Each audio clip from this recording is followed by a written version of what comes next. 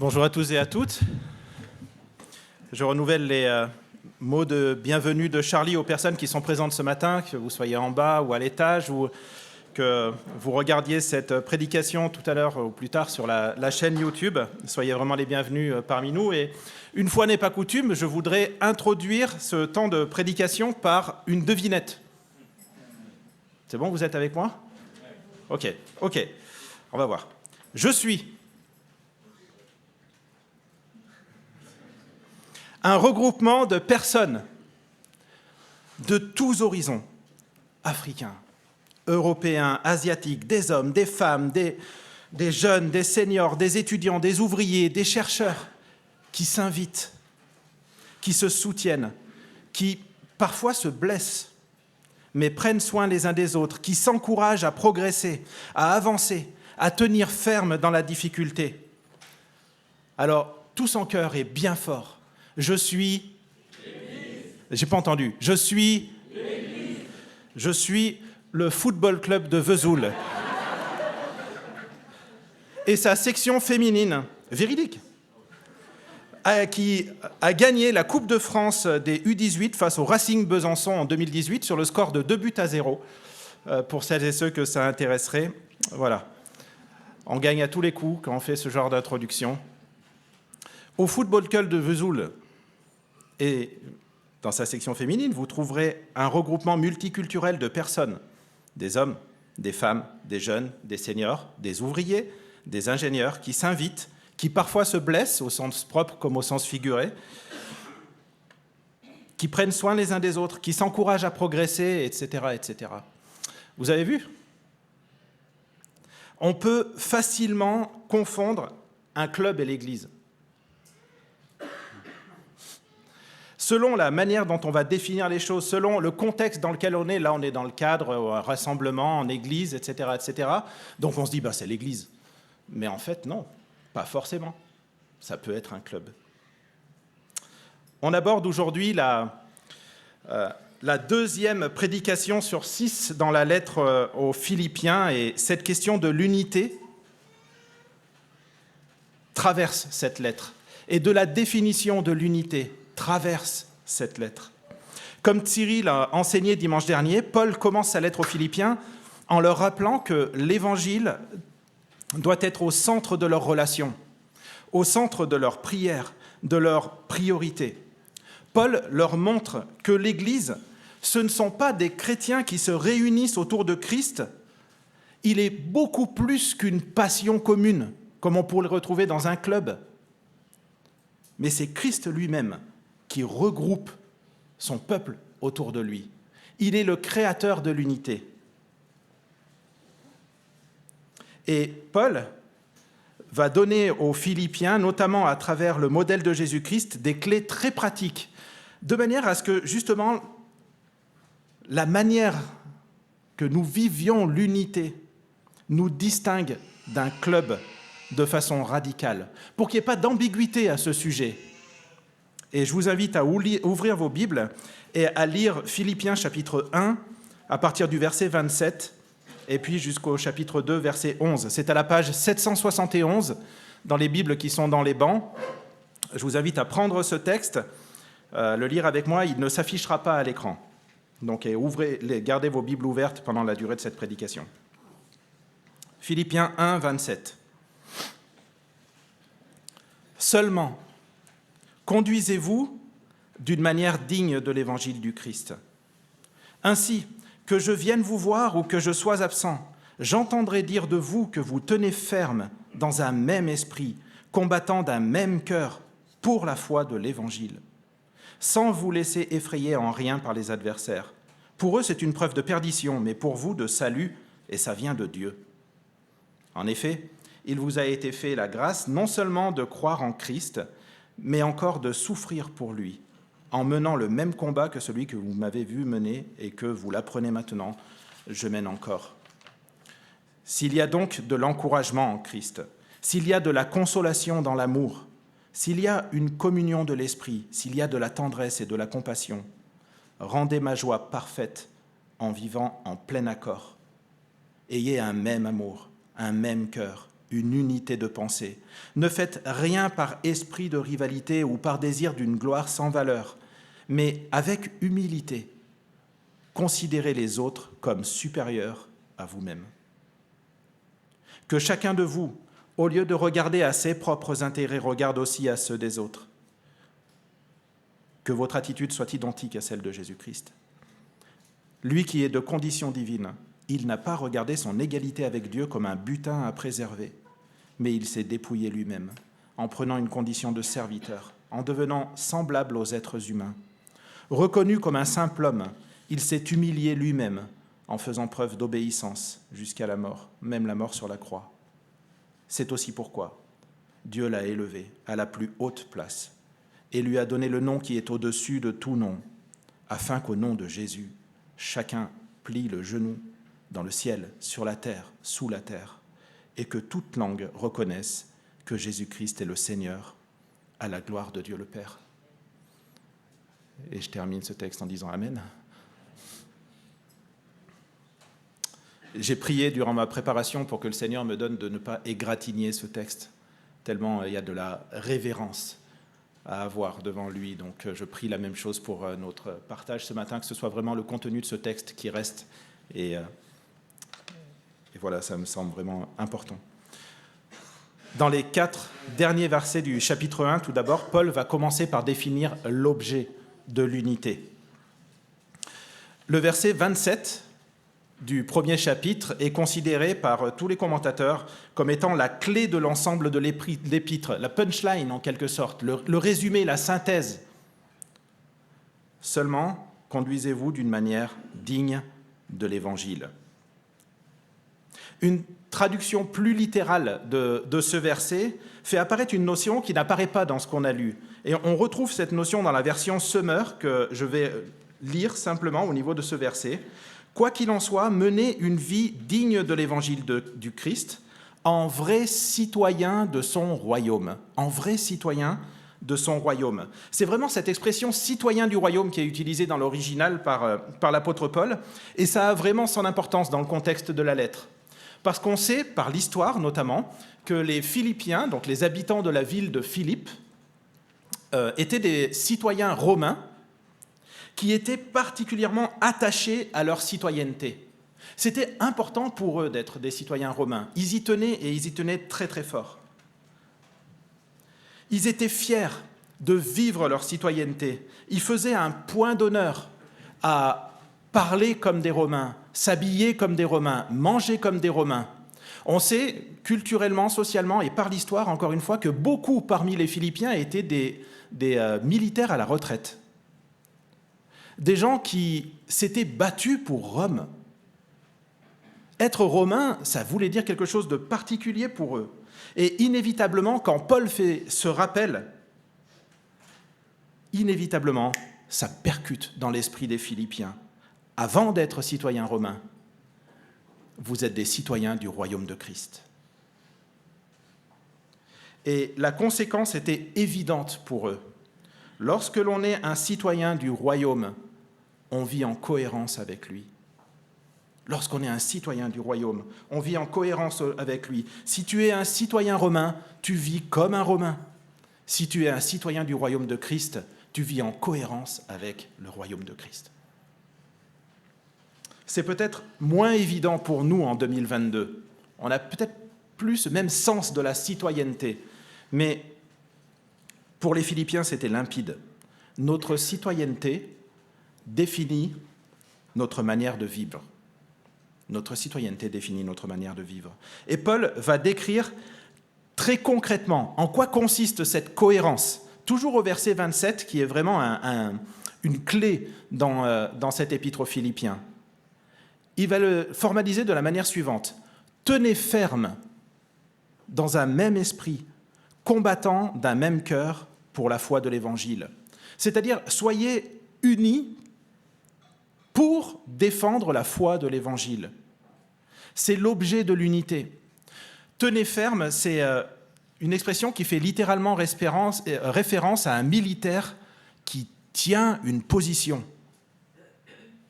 C'est la position à ne pas dépasser, l'ennemi ne doit pas franchir cette position et il va tenir cette position. Combattre d'un même cœur, c'est une référence à la lutte, au sport. C'est plus une référence sportive, c'est moins guerrier pour le coup que la précédente. Mais l'idée que Paul veut donner ici, c'est « faites bloc pour la foi de l'Évangile ». C'est l'objet de notre unité, la défense et l'annonce de l'Évangile. Faites bloc pour la foi de l'Évangile, pour la bonne nouvelle et pour sa diffusion. Je ne sais pas si vous avez remarqué, mais ce n'est pas un combat contre, c'est un combat pour. Paul ne demande pas de combattre contre les détracteurs de la foi, contre les personnes qui ne croient pas ce que nous croyons. Mais nous avons, comme les Philippiens, vraiment un combat pacifique à mener pour la foi de l'Évangile et pour sa diffusion. Et Paul présente cette défense de la foi comme une conséquence de la citoyenneté céleste. Si tu es citoyen du royaume de Christ, alors tu défends la bonne nouvelle de l'Évangile. Et alors, nous devons le faire collectivement. Christ nous unit pour ça, pour témoigner de lui à notre monde par la manière dont nous vivons dans son royaume. C'est son royaume. C'est important de comprendre ce qui doit nous unir. Paul ne demande pas aux Philippiens d'être des clones, identiques les uns aux autres, tout le monde la même opinion sur tout, les mêmes goûts, etc., etc. Non, le peuple de Dieu est constitué d'hommes et de femmes qui sont très différents les uns des autres. Mais le fondement de notre unité n'est pas dans l'uniformité, pas plus qu'il n'est dans nos différences. Vous l'avez vu en introduction, quand on parle de nos différences du côté multiculturel, etc., ça peut très bien définir un club. Nous sommes unis pour la foi de l'Évangile, pour que nos relations témoignent de qui est notre roi, nous qui sommes citoyens du royaume. C'est important d'être clair sur ce point, parce que si on cherche l'unité là où elle n'a pas lieu d'être, si on cherche l'unité là où notre roi lui-même ne la crée pas, le verset 28 nous dit que ça vient de Dieu. Alors on va vers la division, inévitablement, parce que justement on est trop différents les uns des autres. La puissance de l'Évangile se manifeste justement par le fait que nous sommes si différents les uns des autres que ce qui nous unit ne peut être que surnaturel. C'est comme ça que se manifeste la puissance de l'Évangile. Bien entendu, on doit entretenir notre unité. C'est un diamant, c'est un joyau. On doit entretenir notre unité, on doit en prendre soin, mais on ne doit pas la créer. Ça a des conséquences sur la vie de l'Église, sur tellement de choses. On ne crée pas l'unité par des activités, par exemple. On l'entretient, cette unité. C'est Christ le créateur de l'unité. Et il est d'autant plus important de comprendre ce qu'est notre unité que défendre une position, le tenir ferme, ça coûte. Ça coûte. On l'a chanté tout à l'heure, on a parlé de souffrance. L'apôtre Paul, au verset 29, parle de souffrance et il sait de quoi il parle. Il envoie cette lettre aux Philippiens du fin fond de sa prison à Rome. Et il leur écrit ces choses-là, lui qui est emprisonné à cause de sa foi. Et c'est notamment parce qu'il y a de la souffrance dans cette mission que Paul exhorte les Philippiens à produire cet effort collectivement. C'est ensemble que se tenir ferme pour la foi de l'Évangile doit se faire. Un même esprit, un même cœur, un même amour, une unité de pensée. Ce texte est saturé d'unité. Je ne sais pas si vous l'avez remarqué au cours de la lecture, mais c'est incroyable de voir cette unité qui transparaît ici. Et cette jeune église de Philippe, qui a seulement 10 ans d'existence, est vraiment exemplaire. Regardez au début du chapitre 2 ce qu'ils vivaient. Ils s'encourageaient, ils se consolaient mutuellement, ils vivaient la communion, ils étaient tendres et compatissants les uns envers les autres. Je trouve que c'est un vrai encouragement pour la future implantation d'église qui est en gestation parmi nous en ce moment. La maturité d'une église, ces relations-là qui honorent notre citoyenneté céleste, ne sont pas proportionnelles à notre âge. Ce n'est pas proportionnel à l'âge du chrétien, ce n'est pas proportionnel à l'âge de l'Église. Ils sont mûrs. Mais Paul va les exhorter à aller encore plus loin, quand, au verset 2, il leur demande de rendre sa joie parfaite en vivant en plein accord. Il les exhorte à ne pas s'arrêter là, à être comme remplis d'unité. Ne vous arrêtez pas là, les amis. C'est génial ce que vous faites, mais soyez remplis d'unité. Il faut que ça explose. Encore. On n'a jamais assez d'unité, en quelque sorte, parce que l'unité, telle qu'il l'a définie avant, coupe l'accès à l'ennemi. Vous savez, cet ennemi s'appelle le diviseur. Ce n'est pas pour rien. La seule unité que Christ garantit, c'est celle qui se fait autour de l'Évangile. Si Christ n'est plus le centre, que la défense et la diffusion de l'Évangile ne sont plus nos préoccupations centrales, notre unité ne sera pas meilleure que celle d'un club. Pire même, on pourrait même penser être unis tout en ayant perdu l'essence, le centre de ce qui fait notre unité. Et ce serait terrible. Nos activités dans l'église locale peuvent rapidement se transformer en club si on ne fait pas l'effort de réfléchir à l'objectif de leur existence. Cette semaine, le groupe de dames va se réunir. Et on encourage et on invite le groupe de dames, vraiment, et toutes les dames, à se joindre à cette rencontre. Est-ce que l'intitulé de cette rencontre, c'est « Vivre un bon moment ensemble » ? Un club fait tout aussi bien. Peut-être même mieux, je ne sais pas, je n'ai jamais participé aux réunions de dames. Mais vous comprenez l'idée, le fondement de l'unité. Et on encourage ces rencontres, mais nous ne nous trompons pas d'objectif pour la foi de l'Évangile. S'équiper ensemble, s'encourager, se fortifier dans cet objectif, ça passe par plein de choses, par la convivialité, par l'hospitalité, par la fraternité. C'est fondamental de vivre ces choses-là. Mais si ça devient l'objectif que de passer un bon moment ensemble, alors on a perdu. On n'est plus une église, on est un club. C'est important de revenir à ces fondements et aussi aux raisons qui font que je participe à ces rencontres, moi, en tant que chrétien, pour que nous puissions avancer ensemble dans l'Évangile. C'est pour ça que Paul exhorte les Philippiens. C'est parce que la frontière peut être ténue, elle peut être fine, la bascule peut rapidement arriver. Et il va leur donner la clé de l'unité à partir du verset 3. L'oubli de soi. L'oubli de soi. C'est la clé et ce n'est pas nouveau. Rappelez-vous ce que Jésus-Christ a défini de ce qu'il attendait d'un disciple. On retrouve ça dans Matthieu 16 au verset 24. Vous avez le texte qui s'affiche ici. « Si quelqu'un veut être mon disciple, 1, qu'il renonce à lui-même.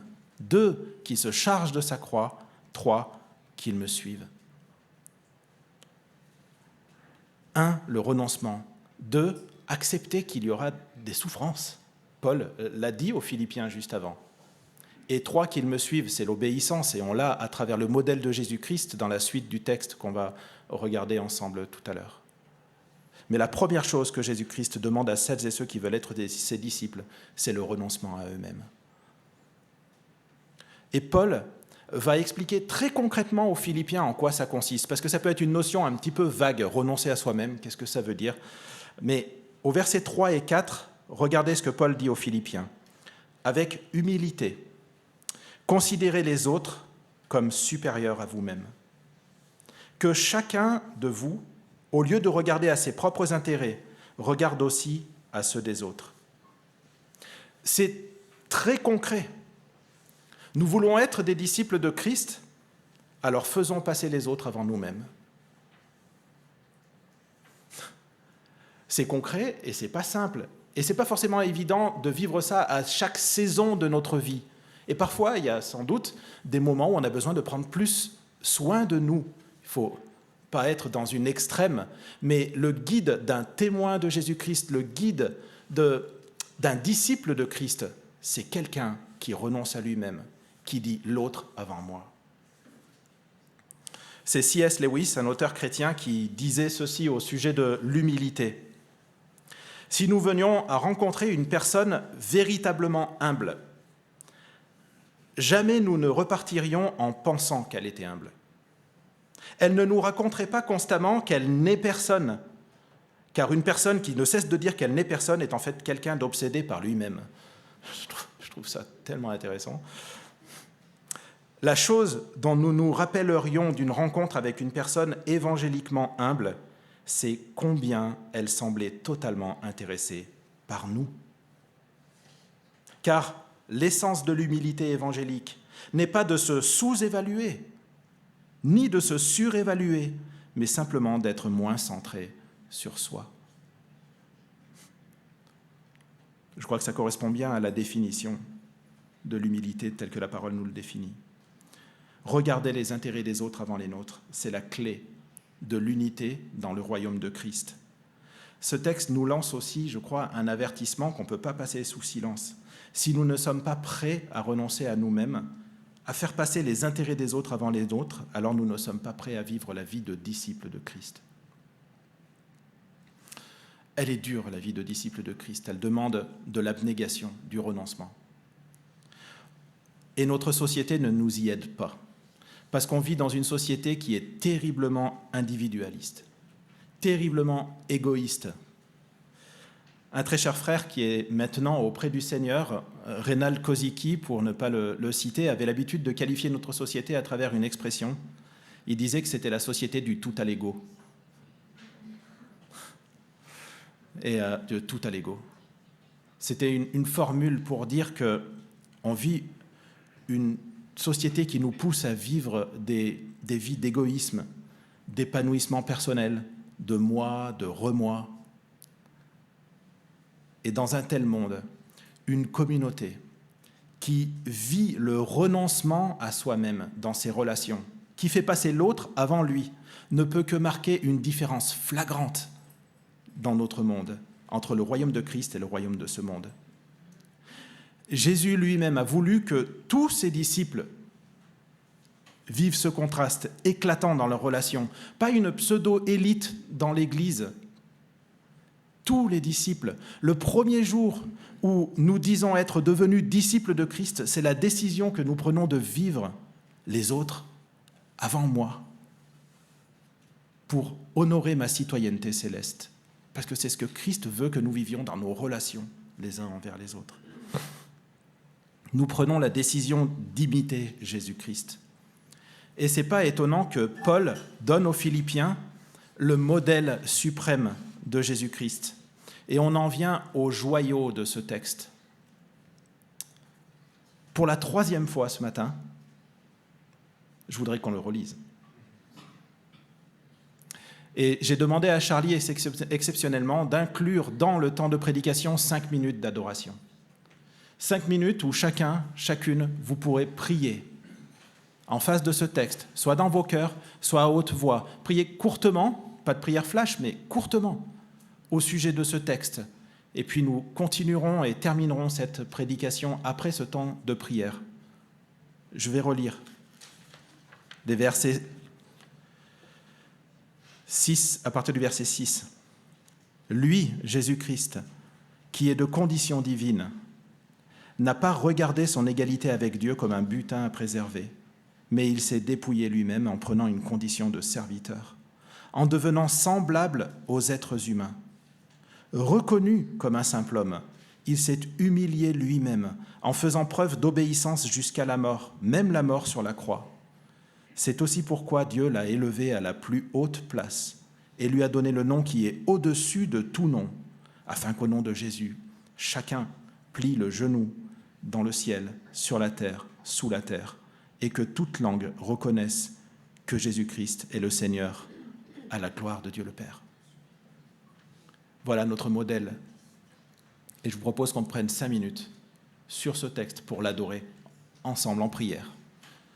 Je vais commencer et terminer ce temps de prière. Jésus-Christ, je te remercie d'être notre modèle de renoncement à soi-même. Tu es le modèle suprême.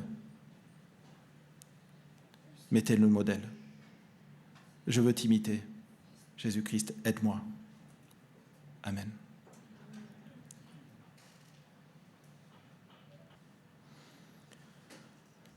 Amen.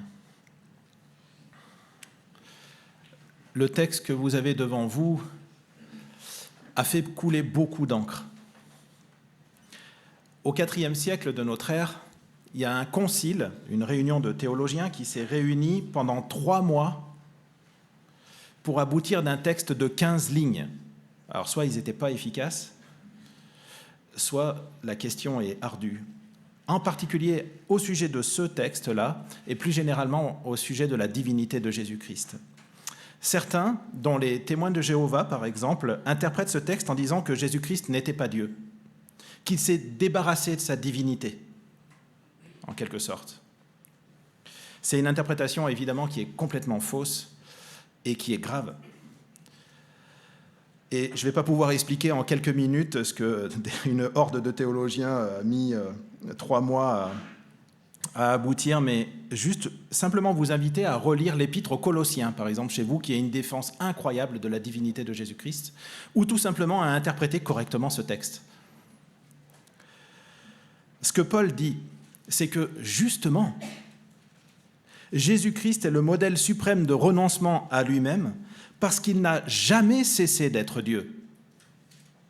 Et pourtant, il a renoncé à exploiter son rang. Il n'a jamais cessé d'être le roi des rois, mais il a laissé de côté son privilège de roi. Et j'aimerais juste vous donner 2 exemples dans la vie de Jésus-Christ qui ont manifesté ça.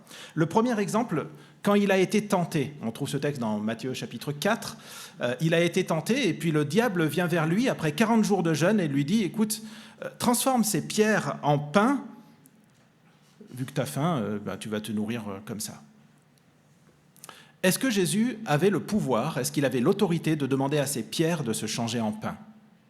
Bien sûr que oui. Quelque temps plus tard, on le retrouve en train de nourrir une foule de plus de 5000 hommes avec 5 pains et 2 poissons. Vous pensez vraiment qu'il n'aurait pas pu transformer ces cailloux en pain? Bien sûr que si, mais il y a renoncé. Il avait l'autorité, le pouvoir, mais il n'a pas utilisé son droit. Le deuxième exemple, lorsqu'il était en croix, sur la croix, et qu'il y avait des personnes au pied de la croix qui étaient devant lui et qui criaient en blasphémant « Descends ! Descends de la croix !» Est-ce que vous pensez vraiment qu'il n'aurait pas pu descendre de la croix et châtier ces blasphémateurs? 3 jours plus tard, il est ressuscité. Vraiment, il ne pouvait pas descendre de la croix? Bien sûr que si, il pouvait. Mais il a refusé de le faire. Il a renoncé à son droit. Pourquoi? Parce qu'il avait quelque chose à vivre, parce qu'il avait quelque chose à nous montrer, parce qu'il avait le salut à nous apporter. Il a renoncé à ses droits. C'est notre modèle, le roi serviteur. On n'a pas à accomplir tout ce que Jésus-Christ a fait. On n'est pas les sauveurs du monde. Je pense que ça se saurait. D'accord? Il n'y en a qu'un, c'est Jésus-Christ. Mais Paul, dans ce texte, dit aux Philippiens que vivre en citoyen du royaume de Christ, c'est être unis pour la foi de l'Évangile. Et que le témoignage de cette unité sera rendu en vivant des relations qui considèrent les autres comme supérieurs à nous-mêmes, tout comme Jésus-Christ l'a fait alors qu'il était pourtant pleinement Dieu. Et s'il y en avait un qui aurait pu s'exempter de ça, c'est bien lui. L'abaissement de Jésus-Christ a engendré son élévation. Dieu en personne récompensera le disciple qui renonce à lui-même. Je voudrais conclure avec 2 applications sous forme de questions. L'ECE est une église dans laquelle des activités sont organisées. Les enfants sont pris en charge, il y a un groupe de jeunes qui est bien structuré, enseigné, etc., etc. Toutes ces choses sont des vraies bénédictions et des dangers potentiels. Parce que nous pouvons les vivre ou même en être acteurs sans que Christ en soit authentiquement le centre. Est-ce que nous menons une vie de dignes de l'évangile du Christ, en vrais citoyens de son royaume? Est-ce que nous menons une vie digne de l'évangile du Christ, en vrais citoyens de son royaume? Si ce n'est pas le cas, l'Église n'est pas plus qu'un club. La deuxième question que je nous laisse, c'est la suivante. Que serait l'Église si chaque membre vivait le renoncement à lui-même? Qu'est-ce qui changerait? J'ai remis ici un point de l'alliance de membres que nous voulons vivre à l'ECE. Par humilité, nous servirons les autres avant de penser à nous-mêmes pour ressembler de plus en plus à notre Seigneur. Nous mettrons nos dons au service des autres avec amour. Ça résume, je crois, ce que Paul invite les Philippiens à vivre et que nous voulons vivre ensemble au mieux, bien sûr avec toutes nos défaillances. Mais est-ce que je considère concrètement mes frères et mes sœurs comme supérieurs à moi-même? Est-ce que ça se manifeste dans mon agenda, dans mes prières, dans mon engagement? Nous voulons vivre en assemblée à l'image de Jésus-Christ. Si son exemple vous percute, ou si, en étant confronté à ce texte, vous éprouvez le besoin de remettre à plat votre vie de disciple, parlez-en avec l'un de nous et avançons ensemble, unis pour la foi de l'Évangile. Amen. Nous sommes heureux d'avoir passé ce moment ensemble. Rendez-vous dimanche prochain à 10h30 sur notre chaîne YouTube. Pour mieux connaître notre Église, visitez notre site www.ecegrenoble.fr. Si vous désirez entrer en contact avec l'un des responsables, écrivez-nous à contact@ecegrenoble.fr. Retrouvez les liens du site et l'adresse de contact en description. À bientôt!